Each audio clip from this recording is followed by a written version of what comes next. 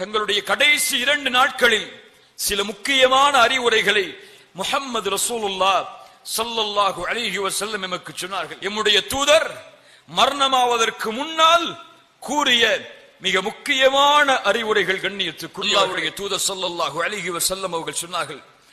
ஆயிஷா ரலியல்லாஹு அன்ஹா அவர்கள் அறிவிக்கிறார்கள், அல்லாஹ்வுடைய தூதருடைய இறுதி நேரம் கடுமையான வலியால் அல்லாஹ்வுடைய தூதர் தங்களுடைய நேரத்தை கழித்துக் கொண்டிருக்கக்கூடிய நேரம், தன்னுடைய முகத்தை ஒரு ஆடையால் மறைத்திருக்கிறார்கள் அல்லாஹ்வுடைய தூதர்.